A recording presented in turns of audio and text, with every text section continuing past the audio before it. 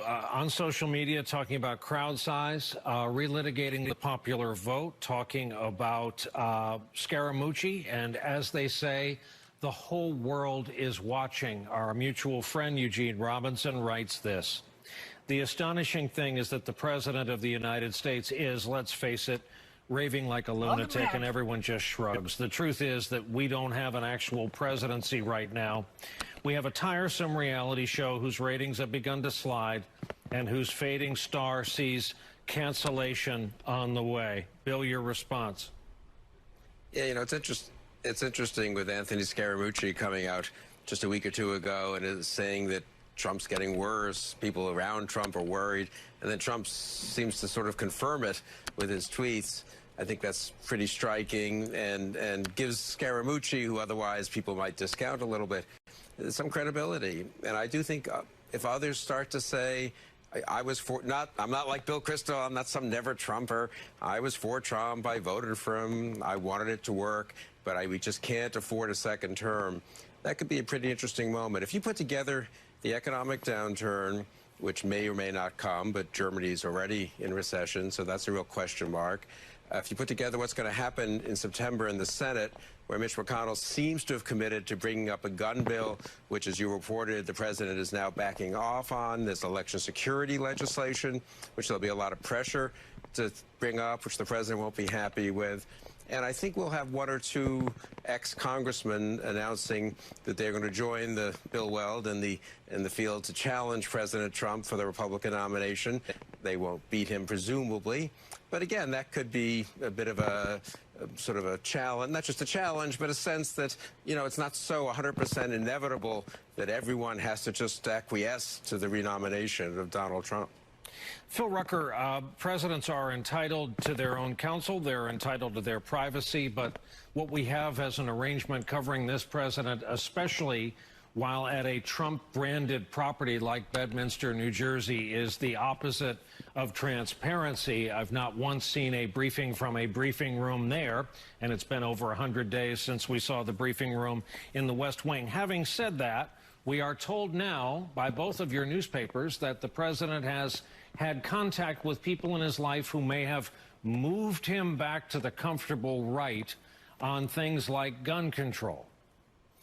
That's right, Brian. You know, yesterday evening at the end of the president's vacation in New Jersey, we had that long Q&A session with him on the airport tarmac, and I asked him repeatedly about gun control. What exactly is your position on background checks? Because it was only a week or so ago that he was saying he supported very powerful background checks. He thought it would be the sort of obvious next step for policymaking following the two horrific mass shootings in El Paso and Dayton, Ohio.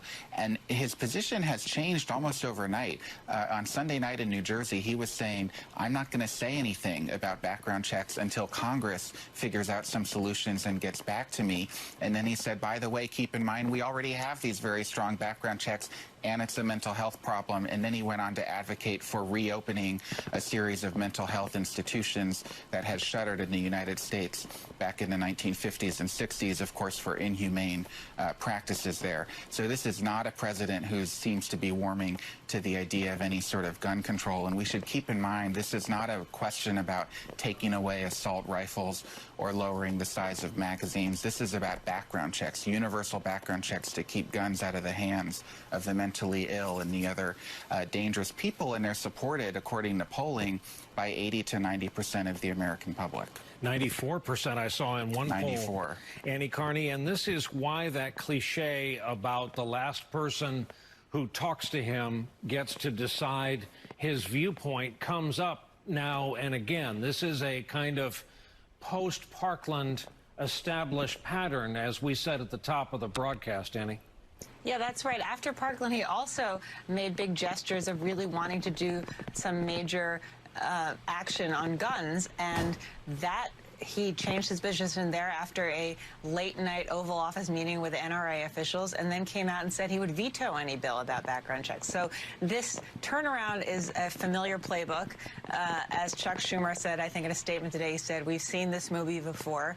But it is a reminder that however much Trump wants to say he's going to do something in the moment after of a mass shooting or a crisis, he ultimately gets swayed back to playing to his base. And while Democrats, I think, want to see him do something and don't want to leave the option open that maybe he'll come back in September and try and move Congress again to do something, they admitted that at this stage in a campaign, when every other play he's making in terms of attacking the four Congresswomen of color, freshman Democrats, in terms of attacking Elijah Cummings is a base play. They don't see how it would fit into his playbook right now to do some major legislation on guns when he believes that members of the NRA make up a huge part of his base.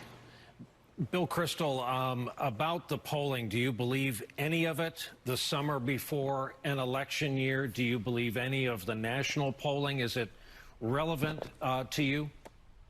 I mean, it's somewhat relevant in terms of just the direction it's going. It doesn't say where we'll be in 12 or 15 months. But I think Annie mentioned the base play, the attack on Congressman Cummings, the attack on the four representatives, the rhetoric about invaders, and then obviously the terrible El Paso shooting. I mean, that 6A, we forget this. About 6 weeks ago, people weren't sure if they thought that might work. Remember, even a lot of Democrats were kind of worried, you know, and he's so good at this and working up the base. It seems pretty clear from the polling. We have a piece in the Bulwark early tomorrow morning making this argument that it has not worked. In fact, he's lost some voters, and I've seen read reports of a couple of focus groups where there's some real, soft Trump supporters, some people who voted for him saying this is just a little too much. A little disruption has been fine. He's a little vulgar. We could live with that. Some of the tweets, but now we're really talking about dividing the country on race and ethnicity even more than he was doing before. And what would a second term be like? I think that's getting in there a little. The polling suggests that. And so Trump looks at that and thinks, well, gee, this is my sort of my whole card. This is my ace. And if this doesn't work and the economy is slowing, I do think he's really worried. Our thanks tonight to our big three for starting us off as we begin a new week, to Phil Rucker, to Annie Carney, to Bill Kristol. Greatly appreciate you three coming on. And coming up for us, the president says he does not see a recession ahead because American consumers, we heard him say it, are loaded up with money. Tonight, what the actual economists have to say, and later. It's tough to beat a Massachusetts Democrat with 40 years under his belt in the Congress. Unless you're a Kennedy. Well, that's the drama playing out in the Bay State tonight as the 11th hour is just getting underway. Tremendously well, even as others warn, we are staring at an approaching downturn. A dual byline piece from the Associated Press reports, quote, privately, Trump is growing increasingly worried the economy won't look so good come Election Day. Though a pre-election recession here is far from certain, a downturn would be a devastating blow to the president, who has made a strong economy his central argument for a second term, as we heard in our last segment. On television, Trump administration officials have been dutifully downplaying the risk of something bad around the corner. The fact is the fundamentals of our economy are very strong, and you know it.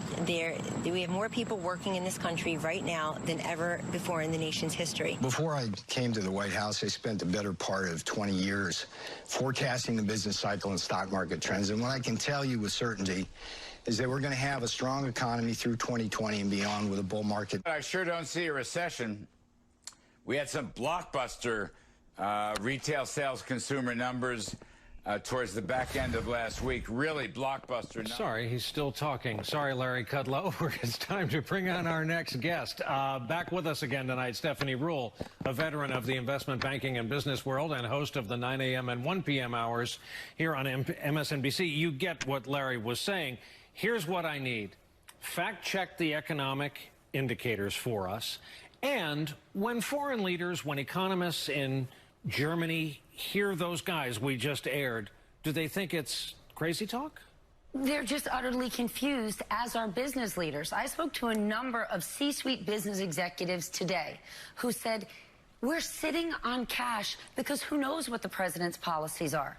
For his two top advisors, for Peter Navarro to say, I can say with absolute certainty the economy will be fine in 2020.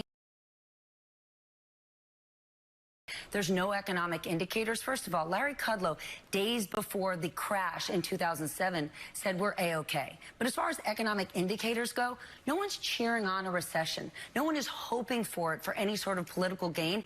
It's more about historical perspective. The economy is chugging along. Compared to other countries, we are doing well. Kellyanne Conway is right. Unemployment is low. But we're at a 10-year point in economic expansion, and the way financial cycles work, they go up and they go down. A recession is just 2 consecutive quarters of economic decline. That's not a crash. It's not a disaster. We're at year 10. According to David Rubenstein, the co-founder of Carlyle, since World War II, cycles last 7 years. We are due, not celebrating it, but due for a recession. We know that.